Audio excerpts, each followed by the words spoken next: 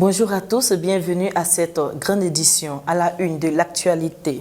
Libye, un charnier découvert, 21 chrétiens tués par Daesh en 2015. Nous y reviendrons dans un instant.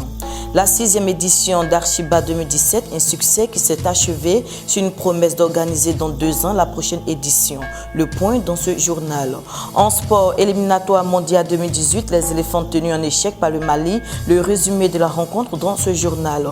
En Espagne, les anti-indépendantistes envahissent les rues tandis que Rajoy n'exclut pas une probable suspension de l'autonomie de la Catalogne. Comme mentionné dans le sommet, les autorités égyptiennes ont confirmé la découverte des corps de 21 chrétiens exécutés par Daesh en 2015. Ces chrétiens avaient marqué le monde entier par l'apparition de la vidéo filmant leur martyre sur une plage libyenne, tous vêtus de combinaisons orange. Nadia Ounoud pour le commentaire. Les corps de 20 hommes de nationalité égyptienne et un Ghanéen ont été retrouvés grâce aux aveux des djihadistes faits prisonniers lors de la prise de Sirte par les forces loyales du gouvernement d'union nationale, a indiqué la direction de la lutte contre le crime organisé à Misrata dans un communiqué. Les corps retrouvés ont été mutilés, la tête séparée du corps. Les dépouilles des victimes ont été confiées à un médecin légiste. Aucune date n'a été avancée pour un possible rapatriement vers leur famille. Toutes les victimes présentes sur la vidéo publiée le 15 février 2015 avaient été reconnues pour martyrs par le patriarche copte Tawadros. En effet, les 20 coptes égyptiens et le Ghanéen exécutés par Daesh ont tous été inscrits dans le registre orthodoxe des martyrs une semaine après leur exécution. Ils devraient être enterrés dans l'église des martyrs construite à Al-Hor par le gouvernement égyptien en mémoire des coptes tués par Daesh. Selon la croix, cette église se voudra sanctuaire des martyrs coptes du 21e siècle. La dette ivoirienne contractée auprès de l'Espagne fera l'objet d'une annulation sèche pour un montant de 33 milliards de francs CFA, soit 50% du total. L'eau et l'énergie sont les principaux secteurs choisis pour être financés sous forme d'aide issue d'un programme de conversion de dette. Commentaire Ange Sacré. Les relations économiques entre la Côte d'Ivoire et l'Espagne se sont renforcées les 5 dernières années, a fait remarquer le gouvernement ivoirien. Selon le Premier ministre ivoirien, le volume total des échanges est passé de 335 millions d'euros, soit 220 milliards de francs CFA en 2012, à 617 millions d'euros, soit 405 milliards de francs CFA en 2016, soit une augmentation de 84%. L'eau et l'énergie sont les principaux secteurs choisis pour être financés sous forme d'aide issue de ce programme de conversion de dette. Pour l'ambassadeur d'Espagne en Côte d'Ivoire, Luis Brados, ce programme de conversion de dette est une nouvelle preuve de renforcement des relations bilatérales entre la Côte d'Ivoire et l'Espagne observées ces dernières années. Il a souligné qu'en 2013, le gouvernement espagnol avait annulé un montant de 172,75 millions d'euros et 4,63 millions de dollars de la dette ivoirienne. Actuellement, c'est 26 entreprises espagnoles qui opèrent en Côte d'Ivoire, a déclaré l'ambassadeur d'Espagne. Le Forum économique des chefs d'entreprise 2e édition se tiendra en Algérie. Au centre des débats, l'augmentation du volume des échanges commerciaux entre l'Algérie et la Côte d'Ivoire. Explication Jean-Jacques Denis.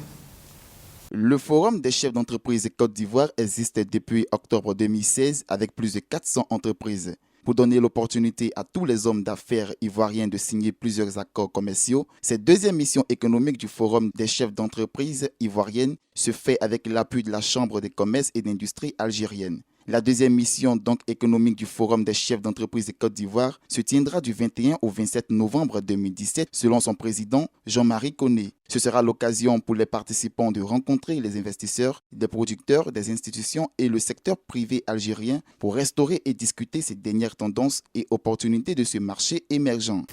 La 6e édition d'Archiba 2017 a refermé ses portes par une cérémonie de clôture qui a été marquée par la remise de diplômes à 15 exposants ayant participé à toutes les éditions d'Archibat. Ange Sacré. Les 3 plus beaux stands ont été distingués avec la palme décernée à celui de l'architecte Stéphanie Machmouchi.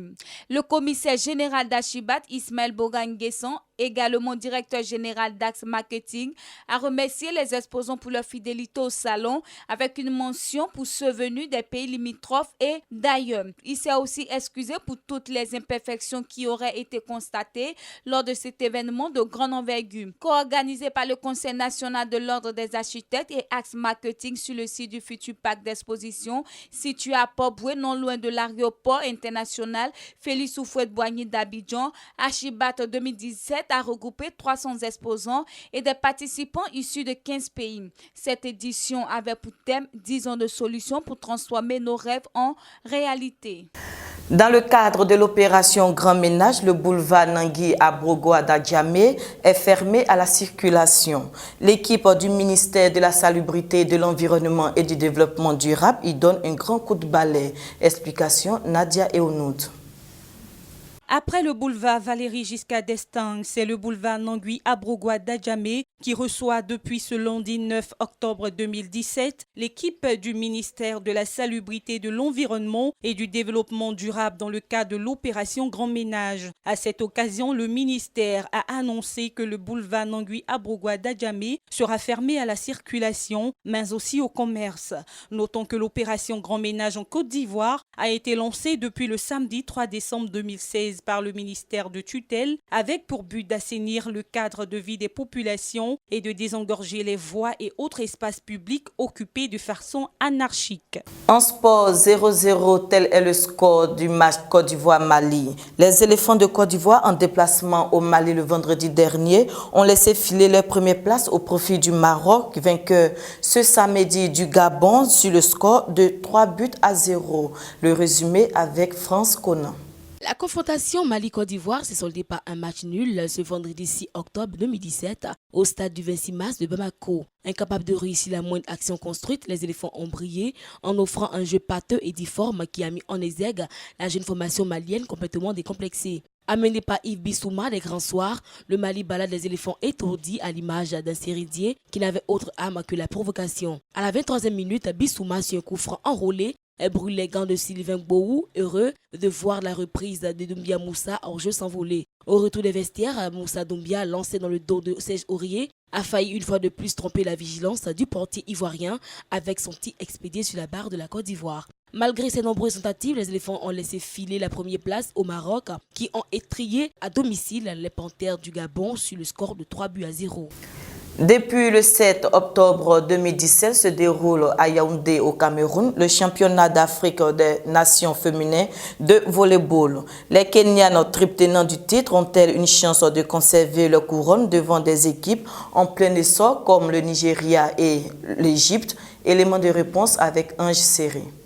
Après les 3 précédentes éditions organisées et remportées par le Kenya, les projecteurs sont braqués sur le Cameroun qui accueille du 7 au 14 octobre la version féminine du tournoi continental de volleyball. Si l'on attendait la participation de 13 pays à ce tournoi, c'est plus de 9 pays et non des moindres qui se battront pour rafler le titre au Kenya. Ce sont dans le groupe A, le Cameroun, l'Algérie, le Botswana et l'Égypte. Et dans le groupe B, la Tunisie, le Kenya, la République démocratique du Congo, le Sénégal et le Nigeria. Les 2 premiers de chaque groupe disputeront les demi-finales de ce championnat d'Afrique et les finalistes de ce tournoi se qualifieront directement pour le prochain championnat du monde prévu du 29 septembre au 20 octobre 2018 au Japon. Si le Kenya qui a remporté 9 des 17 éditions du championnat d'Afrique paraît moins en forme cette année, le Cameroun, première équipe africaine au classement de la Fédération internationale, devra tout de même être sous ses gardes et prouver sur le terrain cette première place en remportant ce tournoi.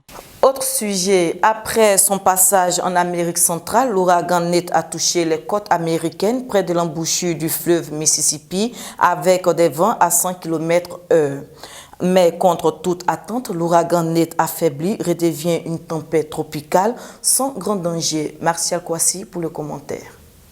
L'ouragan Nate de catégorie 1 a frappé la côte des États-Unis dimanche 8 octobre 2017 après s'être renforcé en traversant le golfe du Mexique, laissant derrière son passage dévastateur une Amérique centrale endeuillée par au moins 28 décès. Ordre d'évacuation obligatoire ou volontaire le long du littoral américain, coup-feu instauré à la Nouvelle-Orléans, les États de la Louisiane, du Mississippi et de l'Alabama attendaient de pied ferme l'arrivée de Nate, 4e tempête majeure à frapper les États-Unis en moins de 2 mois. Moins puissant que redouté, Net ne devrait pas heurter la Nouvelle-Orléans, dévastée en 2005 par l'ouragan Katrina avec au moins 1800 morts. Les autorités de la ville ont d'ailleurs décidé samedi soir de lever le couvre-feu sur la ville depuis 19h ainsi que l'alerte ouragan. Cependant, le NHC a averti que la combinaison d'une dangereuse onde de tempête et de la marée fera en sorte que les zones normalement sèches près de la côte seront inondées par les eaux montantes qui se déplacent à l'intérieur des terres depuis le rivage. Finalement, l'ouragan Net n'a causé que des inondations. Mariano Rajoy pourrait utiliser la Constitution pour suspendre l'autonomie de la Catalogne si ses dirigeants ne renoncent pas à leur menace de déclaration d'indépendance. Pendant ce temps, une nouvelle grande manifestation s'est tenue à Barcelone où plusieurs centaines de milliers d'opposants à l'indépendance se sont rassemblés. Alain Boisbré pour le commentaire. Après avoir admis l'existence de bavures policières lors du référendum pour l'indépendance de la Catalogne, le chef du gouvernement espagnol, Mariano Rajoy, a affirmé qu'il ne convoquera pas d'élections anticipées au niveau national pour se pencher sur le référendum catalan, a-t-il dit. Toutefois, il entend recourir à l'article 155 de la Constitution pour suspendre l'autonomie de la Catalogne en cas de nécessité. Il a par ailleurs précisé son intention de maintenir les quelques 4000 policiers supplémentaires envoyés par le gouvernement dans la région.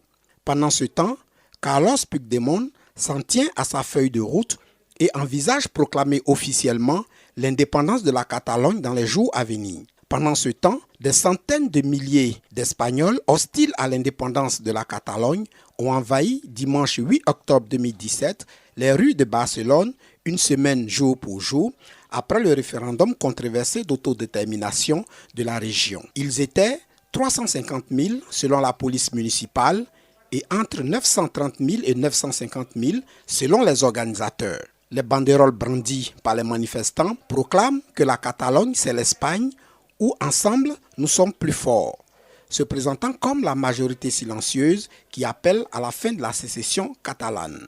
C'est tout pour cette édition. Merci de l'avoir suivi. Shalom.